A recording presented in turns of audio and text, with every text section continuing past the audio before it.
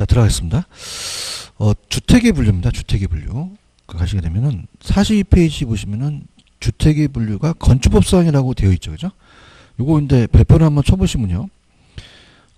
일단 주택법상에는 4개, 4개인데 이제 건축법이 5개, 5개거든요. 그죠? 근데 여기 보시면은, 얘도 이제 출제가 간혹가다 출제가 돼요. 그래서 이제 좀 편법을 제가 좀 가르쳐 드리는데, 보통 나온다면은 학개론에서는 이 충수하고 바닥 면적이 나오거든요. 그죠? 그래서 이제 보면은, 일단은 주택의 분류입니다.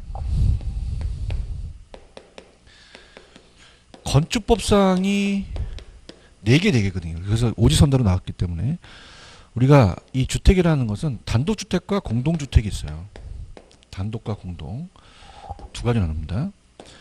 자, 그러면은 어떻게 암기하시냐면 단독은 단독이 있고요. 그 다음에 다중이 있고, 그 다음에 다가구가 있고요. 지금 공간이라는 게 지금 내용이 없잖아요. 이 오른쪽에 보시면 리을에 공간이라는 단어가 있나요? 공간은 뭐냐면 그 정부기관이 고위관리자들이 공적으로 사용하는 주택이에요. 그죠? 그 다음에 이제 아파트가 공동주택에 들어가죠. 그죠? 그래서 아파트 있고요.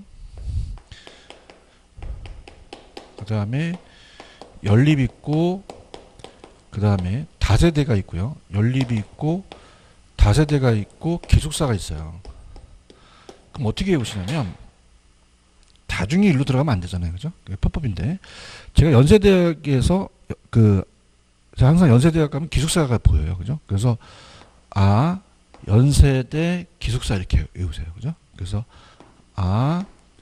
연세대 기숙사. 이렇게 되면은, 나머지 건 다 단독이잖아요. 그죠? 그 다음에 이제, 우리가 그 충수하고 바닥 면적이 나옵니다. 그죠? 그래서 좀 오타를 내셨는데, 42페이지 가시면은, 맨 밑에 다중주택이 다 해보시면 연면적이라고 되어 있죠. 이게 바닥 면적으로 바뀌었어요. 그죠? 바닥 면적으로 고치시기 바랍니다.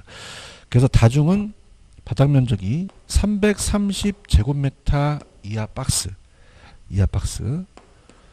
그 다음 얘 둘은 다 3계층 이하거든요. 3계층 이하 동그라미. 그 다음 오른쪽 다가구 갑니다. 다가구도 3계층 이하 박스. 근데 얘는 바닥 면적이 660제곱미터 이하입니다. 이하다. 이렇게 가셔가고요. 그 다음 이제 밑에 아파트는 5계층 이상이에요. 얘는 바닥 면적이 없어요. 5계층 이상이고, 연립하고 다세대를 묶으세요.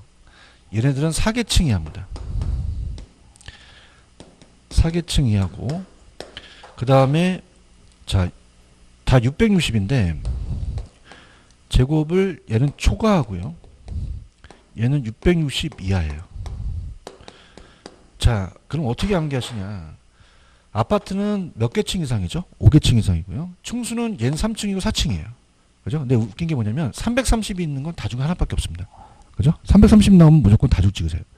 다 그냥입니까? 660입니까? 근데 초가 나온 건 연립밖에 없어요.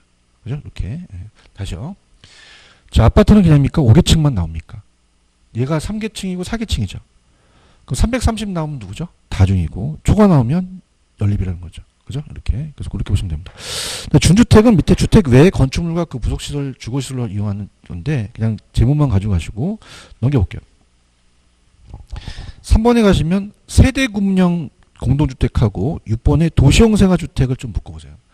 그러니까 세대구문형은 공동주택을 주택 내부 공간의 일부를 세대별로 구분하거든요. 그죠? 근데 도시형 생활주택은 원룸형 같은 건데 국민주택 규모예요. 그러면 도시형 생활주택은 300세대 미만이라고 돼 있죠. 동그라십시오. 350 하면 안 돼요. 350이 맞아요. 300이 맞아요. 300. 그래서 우리가 왜 300인이라는 영화를 보신 적이 있나요? 300인이 몇만 군을 쳐부시거든요. 걔네들이 살고 있는 곳이 도시형 생활주택이에요. 그러면 350이다, 300이다. 300세대 미만. 국민주택은 뭐 주택 도시기금으로부터 자금을 지원받아서 국민주택 규모 이하 주택을 말하고요. 민간건설 중용은 한번 읽어보시기 바랍니다. 그 정도 보시면 돼요. 자, 그 다음에 넘겨볼게요. 넘기시면은 페이지 51페이지로 가시면 51페이지 가시면은 제가 아까 토지의 특성이 중요하다 그랬죠. 건물의 특성 아예 지우세요. 건물의 특성은 안 나옵니다. 토지는 자연적과 인문적인데 동영상을 들으신 분들 보시는데 어렵습니다. 여기가 가장 어려워요. 그래서 오늘 제가 원래는 이제 모장님께서 3개월 강의를 해달라고 해서 천천히 나가려고 합니다. 그러니까 오늘 다 나가지 못하더라도 다음 주에 프린트는 좀 가지고 오세요. 천천히. 그래서 지금 여기 보시면은 토지의 무슨적 특성과 무슨 특성이 있나요? 자연적과 인문적이라는 게 있죠. 전체적으로 볼게요. 이 문제도 어려워요. 그래서 제가 천천히 이따 풀어드리는 걸로 갈게요. 토지의 특성으로 갑니다. 자, 토지의 특성은 인문적과 자연적이에요.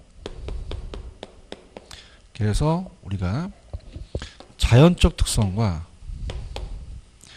그 다음에 인문적 특성은 나눕니다. 자연적은 토지가 원래 가지고 있는 본연적인 특성이고요. 그 다음에 토지 자체고, 그 다음에 인문적은 토지에다가 인간의 힘이 가미된 특성입니다. 인간의 활동을 하면서. 자, 그러면은, 자, 얘는 이제 물리적이라는 말을 많이 씁니다. 물리적. 그 물리적은 불가능하다는 게 많이 나와요. 할 수 없다. 자, 얘는 사람이 하니까 용도적은 가능하다는 게 나오거든요. 용도적은 가능하다. 할 수 있다. 그래서 용도적은 이제 경제적이라고도 합니다. 자, 그럼 이제 토지가 부동성이 있죠. 그죠? 부동성은, 자, 이동할 수가 없어요. 부동성. 이동할 수가 없다. 그래서 물리적인 이동이 안 됩니다. 그죠? 근데 이제 아이러니한 게 인문적은 가능하거든요. 그러니까 인문적은, 자, 사회적, 그 다음에 경제적, 행정적 위치는 가능해요. 자, 이건 뭐냐면 위치가 변할 수 있다는 거죠. 주변 환경이. 위치의 가변성입니다. 자, 그러면 들어보시면요. 만약에 29번지에 아파트가 있는데 30번지에 공원이 들어섰어요. 그럼 아파트 가치가 올라갔죠. 그러면 아파트 위치는 변함이 있나요? 없나요? 없어요. 그래서 이걸 물리적 위치라고 하거든요. 그래서 물리적 위치는 이게 절대적 위치예요. 안 바뀝니다. 물리적 이동은 안 된다는 겁니다. 그래서 자, 이거는 불변이다. 불변이어서 부동성 때문에 그래요. 근데 이렇게 바뀌었다는 건 그럽니까? 인문적 환경이 바뀐 겁니까? 이거 상대적 위치라고 하거든요. 그죠? 강남이요. 집값이 지금 올랐다는 거는 고조선부터 지금까지 그럽니까? 위치의 변함이 없습니까? 근데 상대적 위치가 바뀌어서 그렇죠. 그래서 이걸 상대적 위치라고 그래요. 그러면 상대적 위치는 안 바뀐다, 바뀐다. 바뀌죠. 가변적이에요. 그럼 우리가 토지 옆에 토지가 있는 인접성도 있지만 위치가 가변적인 겁니다. 그래서 인문적 특성이 나오게 된 거죠. 자, 그 다음에 토지가 부종성이라는 말은요. 증가시킬 수가 없어요. 자, 그러면 물리적이란 공급이 안 됩니다. 칠판 중에는 하나, 둘, 세 개, 네 개 늘릴 수 있지만 토지는 물리정량을 못 늘린다는 거죠. 그렇지만 용도 전환은 가능해요. 그죠? 그래서 우리가 물리적으로는 토지는 못 늘립니다. 지구 땅은. 그렇지만 그 안에 있는 용도 전환은 가능하죠. 그래서 우리가 바다가 있고요. 그 다음에 임지가 있고 농지가 있고 택지가 있으면 이 안에 그냥입니까? 용도 전환은 가능합니까? 가능하죠. 그죠? 그래서 농지가 택지로 바뀔 수 있어요. 자, 그럼 이걸 용도적 공급이라고 하거든요. 그래서 우리가 경적 가치가 높아졌기 때문에 경제적 공급이라고 그래요. 자, 그럼 용도가 다양해서 그렇죠. 그래서 용도의 다양성이라는 인간이 만든 특성이 탄생하게 된 거죠. 그죠? 그 다음, 토지는 영속성 때문에 물리적 감가가 안 됩니다. 영속성 때문에 물리적인 감가가 된다, 안 된다. 건물같이 막 마모되거나 파손되거나 없어지진 않아요. 그 다음에 개별성 때문에 다 틀리죠. 그래서 우리가 대체할 수가 없어요. 물리적 대체가. 그 다음에 물리적으로는 인접돼 있어서 물리적으로 막 분할시킬 수는 없습니다. 그러나 그냥입니까? 토지를 하필할 수는 있습니까? 인간이 할 수 있거든요. 그래서 병합 분할은 가능하다는 거죠. 병합 분할의 가능성. 이건 인문적 특성입니다. 그래서 자, 얘가 자연적, 인문적인데요. 자연적이 먼저 나왔죠. 얘가 선천적인 특성이라면 얘가 후천적이다. 이렇게 되고요. 얘가 우리가 물리적이라는 표현을 쓰죠. 물리적이라면 얘는 하나미 하니까 인위적이다. 얘는 어떻게 돼요? 항상 불변적이죠. 안 변하니까. 불변적이면 시간과 시대에 따라 바뀌니까 가변적이다. 그 다음에 얘가 좀 경직돼 있다. 안 바뀐다. 그럼 얘는 좀 신축적이다. 그렇게 합니다. 그럼 전체적인 틀만 보고 좀 볼게요. 자, 거기 보시면 51페이지 밑에 토지의 자연적 특성이라는 게 있나요? 자연적은 어때요? 선천적, 불변적, 물리적이라는 거, 본질, 자연, 불변, 밑줄. 그 다음 넘겨볼게요. 인문적 특성은 또 어떻게 돼 있냐? 넘기면 자, 페이지 가시면 54페이지입니다. 자, 2번에 가시면 토지의 인문적 특성이라는 게 있죠. 자, 인문적은 자, 어떻게 돼요? 두 번째 보시면 선천적이에요? 후천적이에요? 후천적이고 인간이 들어갔죠. 토지를 이용하는 과정에서 파생되는 거죠. 가변적이고 이 토지를 대상으로 갖다 보니까 여러 가지 인간과 토지의 관계에서 얻어진다고 나와 있죠. 자, 불변적입니까? 가변적입니까? 경직적이에요? 신축적이에요? 신축적이죠. 자, 됐습니다. 그러면은 제가 이제 토지의 특성을 비교하면서 문제를 풀 텐데 아까도 말씀드렸지만 만만치가 않아요. 그죠? 그래서 가볼게요. 자, 부동성서부터 갈게요. 부동성이라는 이름이 주어진 게 가장 부동산에서 근본적인 거거든요. 그래서 제가 부동성하고 개별성을 좀 연결시켜서 문제를 풀어드리도록 하겠습니다. 그러니까 부동성은 이동하지 못하기 때문에 지역마다 다르다는 특성이 만들어지고 개별성은 물건마다 다르기 때문에 물건마다 틀린다는 게 나타나요. 표현하는 게 틀리거든요. 그래서 이제 좀 어려워하십니다. 천천히 가서 전체적인 틀을 한번 보여드려 볼게요. 들어갑니다. 갈게요. 자, 우리가 자연적 특성 먼저 들어갑니다. 자연적을 보면은 항상 물리적으로 불가능해요. 할 수 없죠. 자, 그러면 부동성이라는 자체는 아까 물리적 이동이 돼요? 안 돼요? 안 되죠. 지리적 좌표가 고정돼 있죠. 그래서 항상 물리적 위치가 지리적 위치의 고정성이라고 나오고요.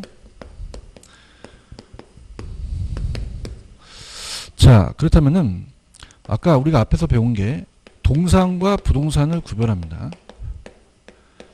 동산은 움직이고 부동산은 움직이지 않죠. 그 공시하는 방법이 틀려요. 자, 동산은 그냥입니까? 점유로 합니까? 등기로 하죠. 자, 어때요? 동산이라는 자체는 이 물건을 남한테 넘기면 점유로 넘기면 되잖아요. 근데 부동산은 그냥입니까? 권리를 이전시켜야 됩니까? 서류 작업이 필요해요. 그래서 움직이지 않기 때문에 등기를 해야 된다는 거죠. 자, 그래서 이 구별되는 근거가 되겠고요. 자, 그 다음에 얘는 그거보다 제가 이제 먼저 핵심적인 표현이 지역마다 다르다는 말씀을 드려볼 거예요. 지역마다 다르다라는 표현이 가장 강합니다. 그래서 우리가 움직이지 않기 때문에 하나씩 하나씩 지역화시키고 국지화시킵니다. 국지성 포가 내린다는 것은 지역으로 국한됐죠. 그 다음에 시장이 세분화됐다는 거죠. 자, 그러면 자, 갈게요. 전국이요. 부동산이 똑같아요. 지역마다 달라요. 다르죠.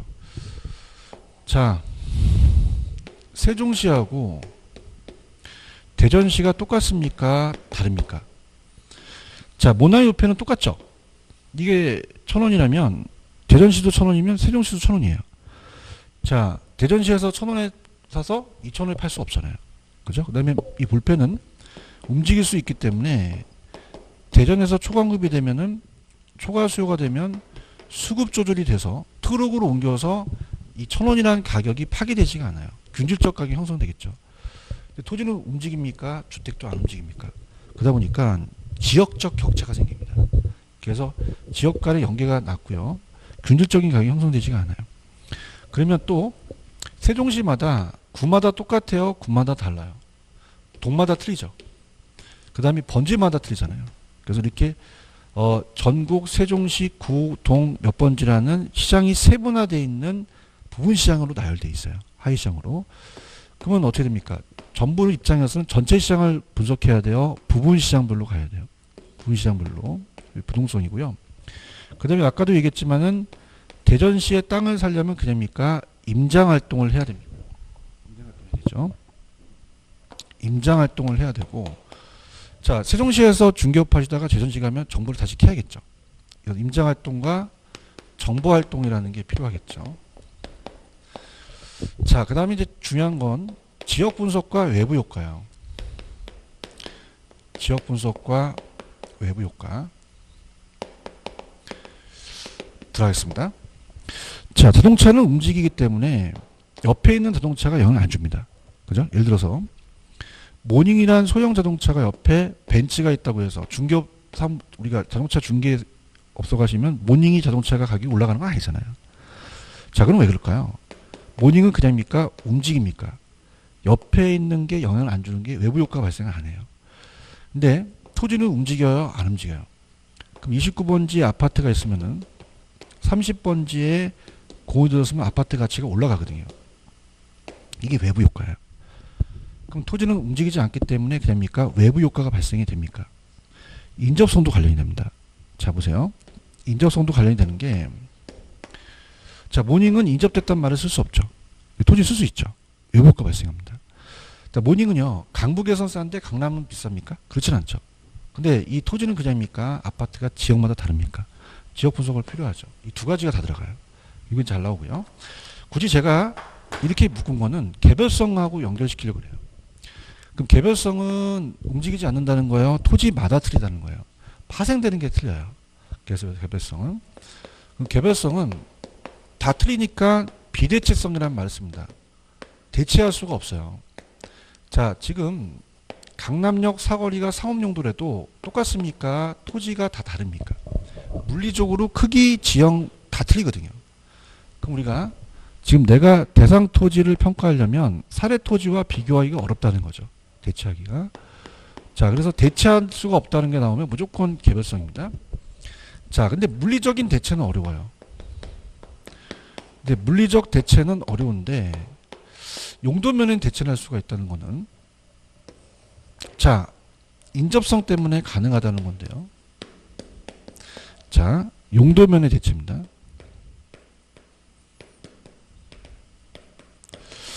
자, 물리적으로는 대체할 수 없지만 그냥입니까? 용도는 비슷합니까? 여기가 상업용이면 여기서 하거나 여기서 하거나 똑같죠. 옆에 토지가 더 신뢰성이 있다는 얘기죠. 용도면에서 대체는 가능하고요. 자, 그 다음에 물건마다 달라요. 자, 이건 지역마다 다르다, 물건마다 다르다.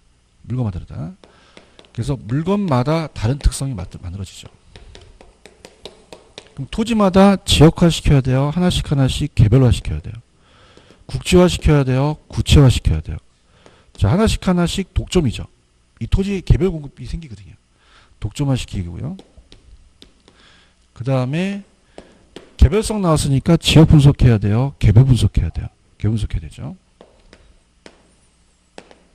그러니까 되게 쉬워요. 개별 분석 나오고 개별화 나오면 개별성 찍으시면 돼요.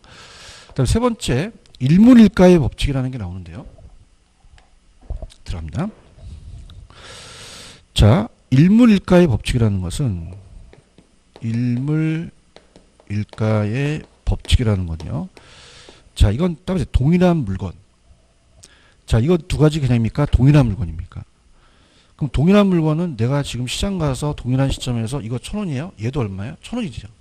그럼 동일한 물건은 동일한 가격이 형성된다는 거예요. 근데 토지는 똑같은 토지가 있어요? 다 달라요. 그러면 일물일가가 안 되죠. 토지마다 틀리니까. 그래서 개별성을 찍으셔야 됩니다. 아시겠습니까? 할게요. 흔들어 보세요. 자, 51페이지 밑에 부동성 갑니다. 지리적 위치 고정성. 물리적 측면, 토지 지리적 위치, 사람의 힘으로 이동할 수 없다. 52페이지 갑니다. 그러면 파생 특징이요. 자, 칠판을 보고 얘기해 보세요. 움직이지 않기 때문에 물건마다 달라요. 지역마다 달라요. 그럼 지역마다 다르다는 게 주구장창 나와요. 그죠? 그래 갈게요. 파생 특징 갑니다. 천천히 갑니다. 자, 기억. 부동산은 움직이지 않고 동사는 움직이죠. 그러니까 공시 방법이 다릅니까? 왜? 서류 작업을 해야 되니까. 그래서 우리가 동사는 소유권 이전할 때 점유 이전하면 되는데, 물건 이동하면 되는데 움직이니까, 부동산은 그냥 해야 돼요. 소유권을 이전시켜야 돼요. 그러면 등기 같은 걸 해야 되잖아요. 그래서 추상적인 그런 권리 이동이죠. 그 다음에 니은에 가시면은, 자, 국지화라는 단어 있죠. 지역 분석이 있고요. 그 다음에 디귿 아까 그냥입니까? 지역별로 부분 시장이 나열됩니까? 하위 시장. 그 다음에 리을 임장활동과 정보활동을 요구하죠. 그 다음에 만약에 미음번 자 아파트에 공동묘지가 들었으면 아파트 가치가 떨어지잖아요. 입지 선정 활동이 달라지게 되고요. 그다음입니까? 외부 효과에 영향을 받습니까? 그 다음에 시옷은 뭐냐면 위치지대가 발생한다는 건 위치 가치가 중요하기 때문에 위치 가치가 결정된다는 거죠. 토지마다. 그 다음에 제도적인 규율 대상으로 삼기가 쉽다는 건 뭐냐면 갓난아기가 딱 태어나자마자 막 기어다닙니까? 가만히 있습니까? 규율하기 쉬워요. 토지도 그냥 있어요? 가만히 있어요. 규율하기 쉽다는 거죠. 그래서 지자체 운영을 위한 부동산 조세 수입의 근거가 될 수가 있고요. 개별성으로 합니다. 자, 오른쪽 53페이지 개별성이라는 단어 있죠? 자, 개별성을 여쭤볼게요. 이건 지역마다 다르다는 특성이 나와요. 물건마다 다르다는 특성이 나와요. 그래서 의에 보시면은 토지는 다른 토지와 기본적으로 위치가 다르기 때문에 무슨적 측면에는 대체할 수가 없습니까? 물리적입니다. 파생특징입니다. 기억, 그럽니까? 다 개별로 형성됩니까? 일물일가 법칙이 적용되지 않고 시장이 불안전해지고 그럼 니은 토지끼리 비교하기가 쉬워요? 어려워요? 자, 우리가 상업용지와 주거용지가 용도가 다르잖아요. 그린벨트가 있고 다 달라요. 자, 그냥입니까? 독점화 시킵니까? 이 토지 하나밖에 없다는 거죠. 그 다음에 디귿에 보시면은 자, 그냥입니까? 개별화 시킵니까? 개별 분석 이론적 되고요. 자, 리을은 이제 표준지 선정이 어렵다는 거는 다 다르기 때문에 대표성을 띠는 토지를 선정하기가 어려워요. 평가사가 해야 되죠. 자, 미음번도 나왔는데 토지마다 틀립니까? 건물도 틀립니까? 건물 계량물에도 적용이 되죠. 개별성이. 잘 따라오셨고요. 자, 아까 일물일가라는 건 뭡니까? 동일한 물건에 동일한 시점에서 동일한 가격이 형성된다는 거죠. 이렇게 보여요. 근데 인접성 때문에 양가로 5번. 자, 요거 갑니다. 양가로 5번에 가시면은 파생 특징에 리을에 보시면 부동산의 용도면에서 대체를 가능하게 하는 데 있죠. 용도면은 대체 가능해요. 그 다음에 이 인접성도요. 디귿에 보시면 지역 분석이라는 단어가 있죠. 그 다음에 비읍번에 가시면 외부 경제와 외부 불경제가 외부 효과예요. 정의해볼까가 외부 경제고 부해볼까가 외부 불경제거든요. 그럼 인접성은 조금만 하면 되는데요. 들어볼게요. 아까 인접성도 지역 분석 외부 효과 발생하죠. 이것도 설명하겠고요. 그 다음에 얘는 어떤 게 또 파생되냐면 29번지에 아파트가 있고요. 30번지에 보통 쓰레기 매입장에 써야 돼요. 근린 상가가 좀 있어야 돼요. 협동적 이용을 해야 됩니다. 토지는 인접지와의 협동적 이용이 필요하죠. 협동적 이용 필요하고요. 얘도 모르는 사이에 경계를 침범할 수 있죠. 경계 문제도 야기시킵니다. 경계 문제. 자, 그 다음에 좀 어려운 단어가 개발이익이 있거든요. 개발이익. 개발이익을 환수하는 논리의 근거가 된다는 건 뭐냐면 자 29번째 정부가 개발을 해요. 그러면 요 30번지에 갑돌이 땅값이 안 올라가요? 올라가요. 이 개발이익이라고 하거든요. 개발이익은 이 정부가 개발을 해서 옆에 있는 다른 토지 소유자가 정상지가 상승에 불로소득이 생긴 거예요. 그럼 개발이익을 사유화시켜야 돼요? 이걸 환수를 해야 돼요. 그럼 인접성 때문에 그렇죠. 그다음 용도면의 대체. 자, 갑니다. 자, 파생 특징에 보시면 인접지와의 협동적 이용이라는 단어가 있나요? 또 하나 주시고요. 니은 소유와 관련해서 무슨 문제를 야기시켜요? 경계. 그다음 미음번 개발이익을 사회적 환수 논리가 근거가 되죠.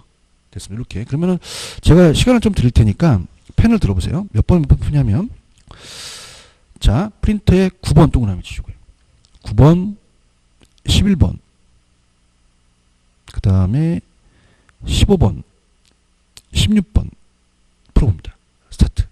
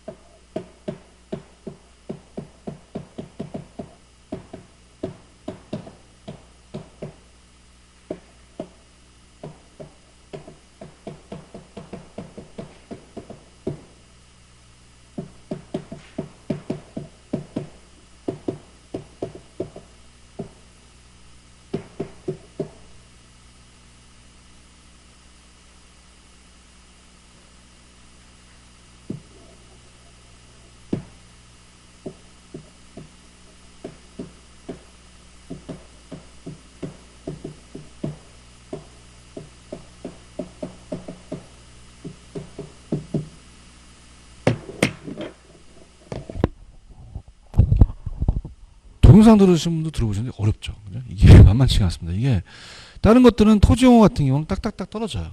근데 이거는 굉장히 좀 생각을 해보셔야 되거든요. 그죠? 제가 도와드릴 텐데요. 자, 일단 천천히 가볼게요. 지금 제가 여러분들한테 먼저 그 국지화 그래서 11번부터 한번 보여드려 볼게요. 자, 11번에 보시면은 국지화라는 표현이 있죠. 자, 국지화는 그냥요 지역마다 달라요. 무슨 성이죠? 부동성입니다. 영속성과는 전혀 상관이 없습니다. 그래서 국지화 나오면 무조건 부동성 찍으시고요. 그 다음에 자 9번을 보시면은 자 토지의 사용이나 판매를 둘러싼 계약에 있어서 법적으로 대체 가능성을 얻게 한다는 것은 다 틀리다는 얘기예요. 그러니까 대체가 안 된다는 것은 그냥입니까? 이건 개별성입니까? 개별성이고요. 부중성과 상관없습니다. 자, 그 다음에 자 15번을 보시면은 개별성이 있어서 완전한 대체가 성립되지는 않아요.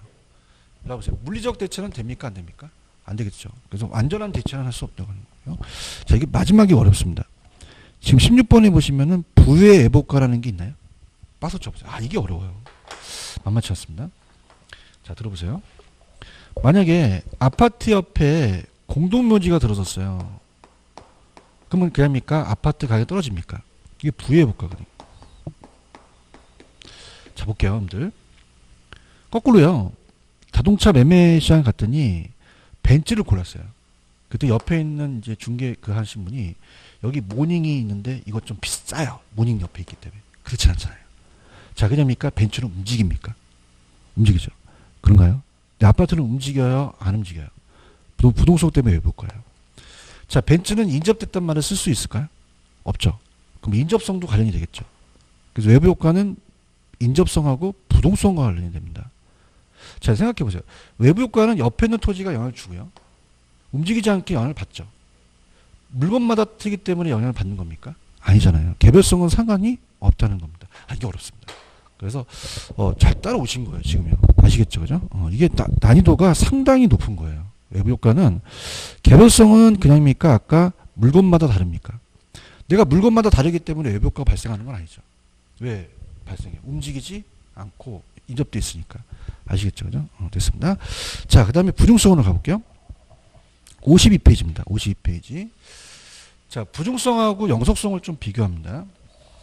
52페이지. 자, 들어볼게요. 부중성은 토지는 증가시킬 수가 있어요? 증가시킬 수가 없어요? 그럼 물리적 양을 못 늘려요. 토지가 면적이 못 늘어난다는 거죠. 자, 생산비 법칙은 뭐냐면 칠판 중에는 그냥입니까? 생산비를 알 수가 있습니까? 그럼 생산비를 알면 그것으로 가격을 매는 게 생산비 법칙이에요. 근데 토지는 하나님께서 얼마 주고 만드셨어요? 모르죠. 그 원가 방식을 사용할 수가 없죠. 그럼 물리적 공급이 안 되고 그러나 용도 전환은 가능해요. 그래서 우리가 바다가 있고요.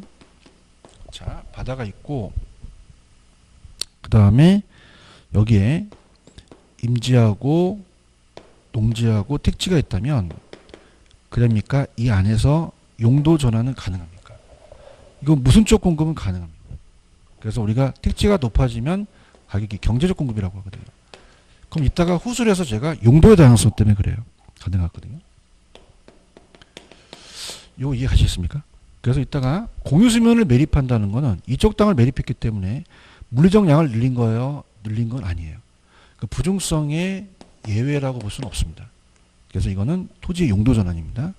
예외가 있다면 토지 만들어 본 사람 저요 뽑아갖고 몇 포전환 만드느니 30%야. 아니 3,000포대야. 그러면 또라이 집단이죠. 예외가 있다 없다? 없다. 이렇게 보시고요.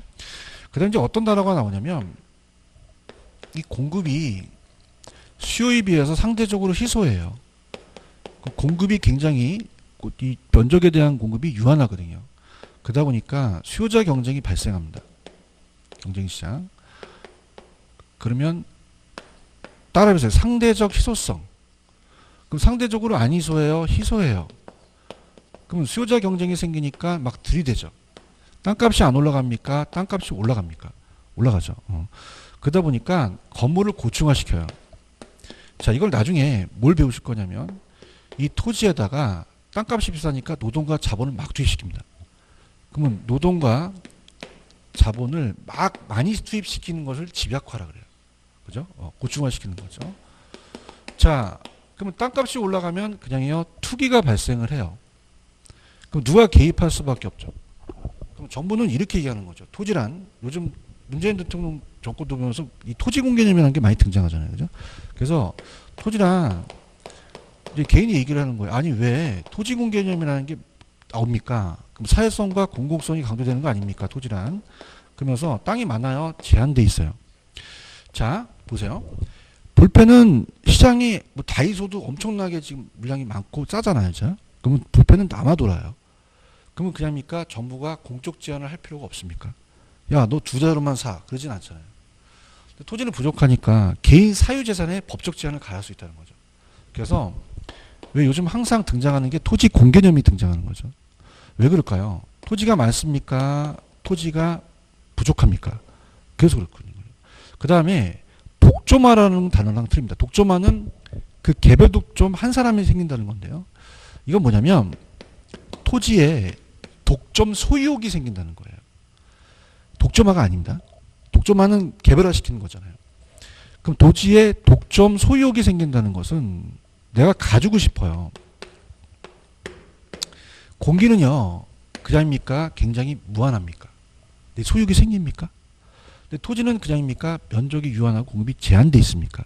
난 소유욕이 생긴다는 거죠. 이 소유욕하고 저 독점화라고 좀 헷갈리시면 안 됩니다. 아시겠죠? 그죠? 이렇게 합니다. 자, 그럼 들어가 볼게요. 부중성 갑니다.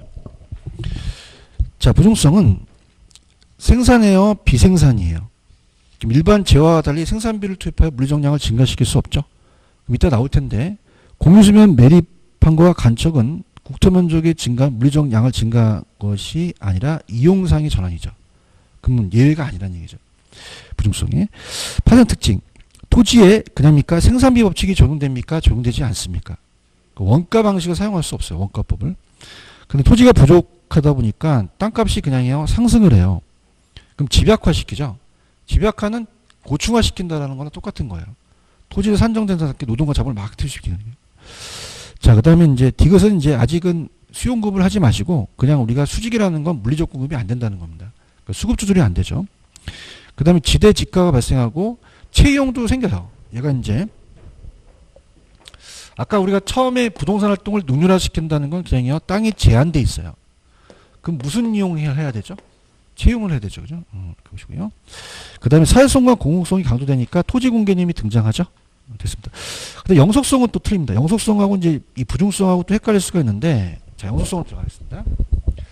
자, 영속성은 증가시킬 수 없다는 게 아니라 토지가 줄지 않는다는 거죠. 표현이 달라요.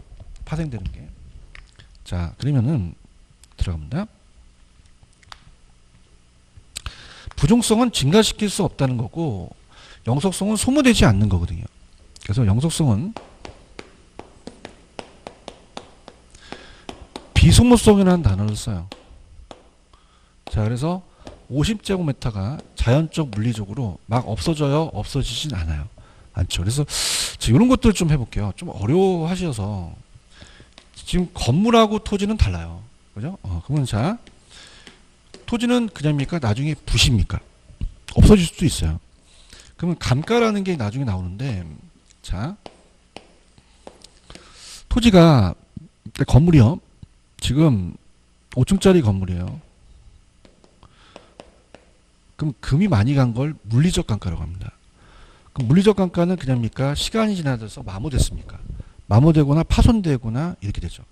근데 얘는 신축입니다. 신축 상가인데, 자, 마모되거나 파손 안 됐는데 여기 탄강촌인데 폐강돼서 개미새끼 한 마리 안 지나가요. 그냥입니까? 감가됩니까? 그럼 요거를 치유할 수가 없기 때문에 경제적 감가라고 하거든요. 외부적인 감가. 무슨 말씀인지 아시죠? 그죠? 그러면 토지는요, 물리적 감가가 안 돼요. 왜? 마모되지 않잖아요. 그럼 감가가 안 된다는 것은 그냥입니까? 물리적 감가가 안 되는 겁니까? 감가가 안 되는 거죠. 경제적 감가가 안 된다는 건 아니에요.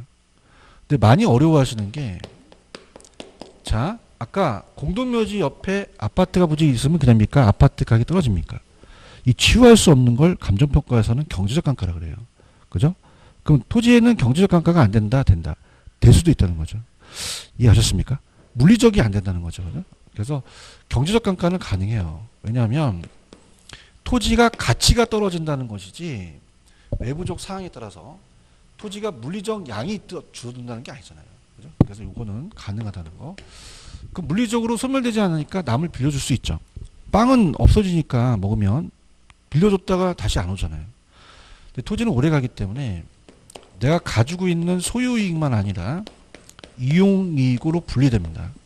그래서 내가 소유권을 넘길 수 있지만 나중에 사용으로 임대료 받을 수 있어요. 분리가 가능하죠. 그러면은 임대차 시장이 발달되어 있습니다. 오래 갑니다. 그래서 임대차 시장 발달. 그러면 우리가 인생도 길어지고 토지도 오래 가면 그냥입니까? 장래를 봐야 됩니까? 장기적 배려가 필요하죠. 장기적 배려. 그래서 우리가 우리 인생도 85세에서 지금 100세로 갑니다. 옛날에는 뭐 한 수명이 막 70세에 돌아가신 분이 많았잖아요. 그 미래를 내다볼 필요는 없죠. 장기적 배려를 하며 여성분들도 막 관리도 잘해야 되죠. 40세인데 60세를 보니까 관리의 의의를 크게 하고요.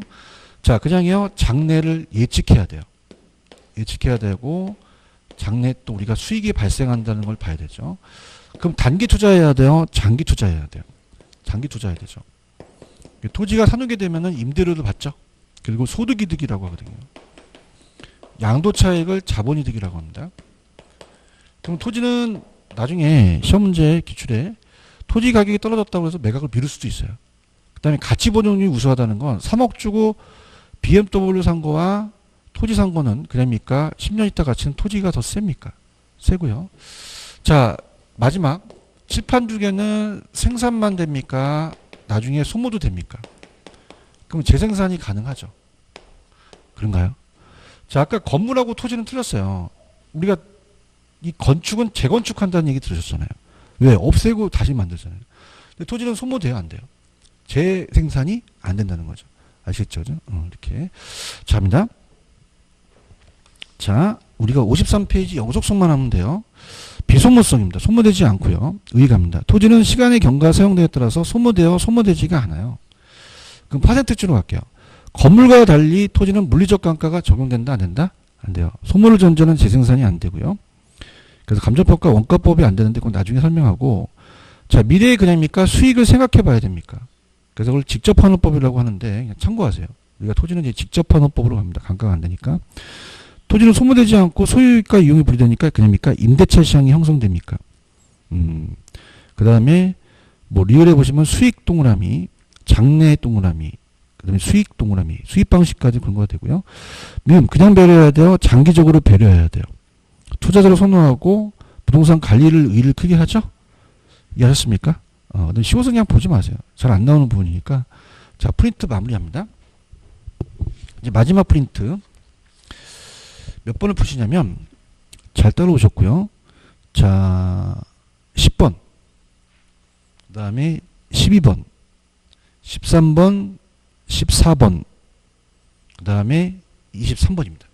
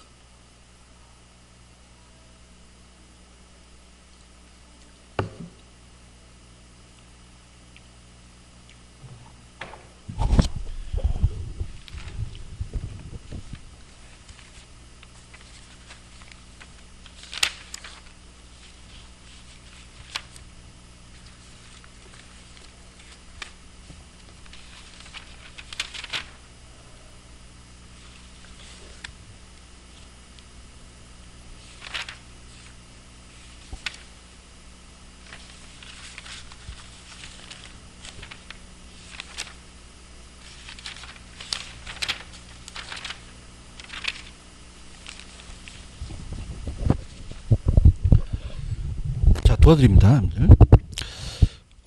일단은 지금 10번은요. 토지 비생산성이 부증성이에요. 그럼 여기는 용도의 관점을 물리적 관점으로 맞추면 맞습니다. 그죠? 고쳐보세요. 자, 부증성에서 비생산성은 부중성인데 그 용도적 관점을 물리적 관점으로 고쳐보세요. 그럼 물리적 관점에는 증가시킬 수가 없죠. 그래서 우리가 비생산성 때문에 물리적인 관점에서는 공급을 증가시킬 수 없다는 맞습니다. 용도면은 가능하거든요. 그죠? 그걸 노린 거고요. 그 다음에 12번. 자, 소모를 전제하는 재생산이 안 된다는 건 부동성이에요? 영속성이에요? 소모가 안 된다는 자체는 영속이죠. 그죠? 영속성이고요. 자, 그 다음에 갑니다. 13번. 토지는 다른 생산물과 마찬가지로 농동이나 생산비를 투입하여 재생산할 수 있나요? 없죠. 투입할 수도 없고 재생산도 안 돼요. 자, 일로 와보세요. 아까 14번. 이 토지를 이쪽으로 매립한 거는 부중성의 예외입니까? 용도 전환입니까? 예외라면은 이거는 토지를 증가시킨 거잖아요. 그죠? 그래서 예외가 아니라 용도 전환이고요. 잘 따라오셨습니다. 그 다음에 제가 23번 풀라고 했죠. 그죠? 맨 마지막. 자, 요거는 고쳐주세요. 부중성을 용도의 다양성으로 고치면 맞아요. 용도의 다양성. 그러면 용도의 다양성으로 인해 이용 전환은 할 수 있죠. 토지의 용도적 공급을 더 이상 늘릴 수 있다라고 보셔야 되죠. 그죠? 이해하십니까? 그러니까 우리가 부중성으로 인해서는 물리적 공급이 안 된다고 하거나 그냥입니까? 이걸 용도의 다양성으로 고치셨습니까? 고치면 이용 전환을 통해서 용도적 공급은 가능하다고 하셨어야죠. 아시겠습니까? 그러니까 얘네 노린 게 부중성 때문에 물리적 관점은 안 되지만 용도의 다양성으로 용도적 관점은 된다는 거죠. 그렇게 하시면 됩니다. 아시겠죠? 조금만 쉬었다 갈게요.